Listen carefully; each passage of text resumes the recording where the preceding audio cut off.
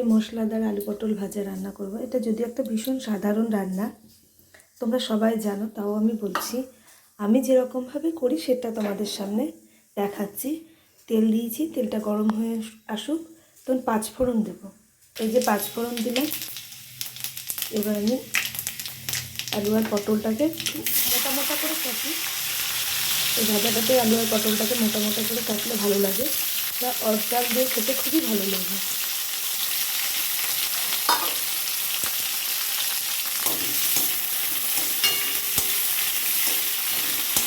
এবার পরিমাণ মতো নুন আর হলুদটা দেবো। পরিমাণ মতো নুন আর হলুদ দিয়ে এবার নিয়ে দেবো, দিয়ে ঢাকা দিয়ে দেবো। ভাজা হোক ততক্ষণে। নামাবার আগে আমি মশলাটা দিই, দেখতে থাকুন।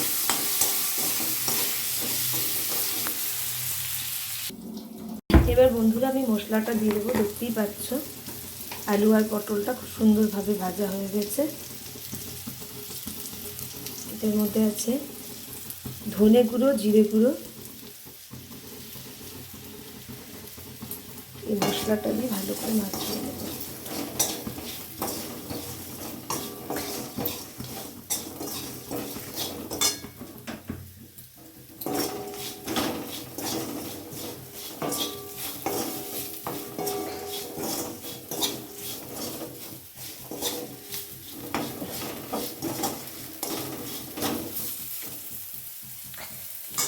ব্যাস তৈরি। তোমরা ডালের সঙ্গে একদিন এরকমভাবে ভাজাটা করে দেখো, খেতে খুব ভালো লাগে।